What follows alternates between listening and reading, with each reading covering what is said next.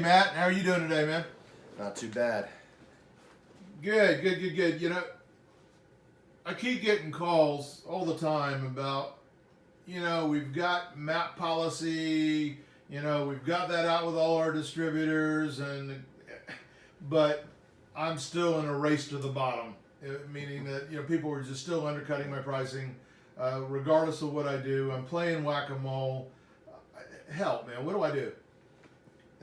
Well, for one, stop doing everything that you're doing because it ain't working. And let's start doing a couple of things right. For one, don't confuse a map policy or an agreement with an actual strategy to get in place. Number two is that once you take the time to put a strategy in place, you need to look at what the factors are affecting it. And what I see almost 100% of the time is what's really affecting the map price are the unauthorized sellers selling on the third-party marketplaces. There is some competition between marketplaces, so it doesn't just mean if you have a map policy on or a map issue on Amazon, it does not mean that Amazon is necessarily the originating factor. We're starting to see that Walmart sellers seem to be affecting Amazon pricing as well. What it comes down to is you really have to have a visibility as to who is the catalyst that's starting that map pricing drop and that race to the bottom on pricing. Number two is what are you actually doing about those people that are violating your pricing? What I'm seeing is that most of them are not people that you have in a map agreement with.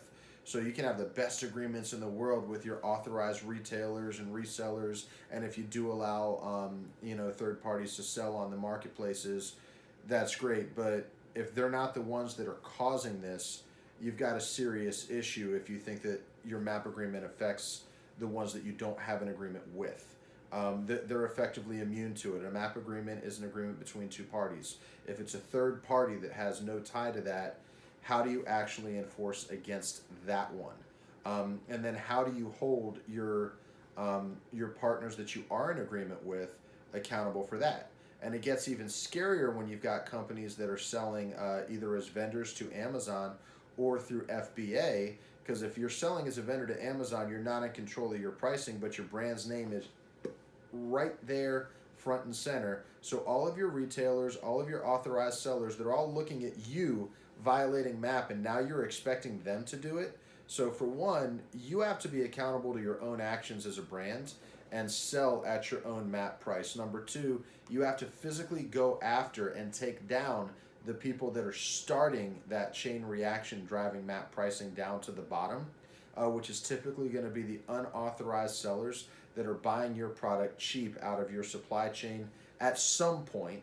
And then number three is you've got to hold your authorized sellers accountable, your retailers accountable, but you can't do that if you're allowing other people to come in and start selling below that price. You have to be firm but fair, but there has to be zero tolerance for violating that MAP price across the board.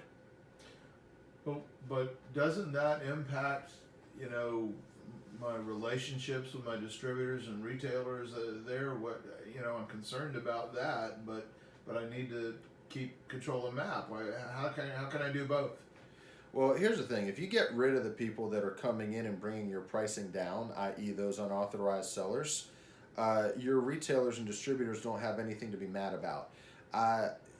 Where they're mad is because people are standing in a store pulling out their phone and saying, you have this for $32 and I see it for $21 on Amazon with 1 day Prime shipping. They order it on their phone and then go home and wait 12 hours for it to arrive. When they pull it out on Amazon and go, oh, you have it in your store for $32, it's $34 on Amazon plus your store, your authorized retailers have their loyalty programs and somebody there that's actually accountable. They've got warranties and other things like that in place. At least they should. So realistically, the advantages to purchasing from your retailers are strong when they're not able to buy it at a significant discount from a third-party marketplace.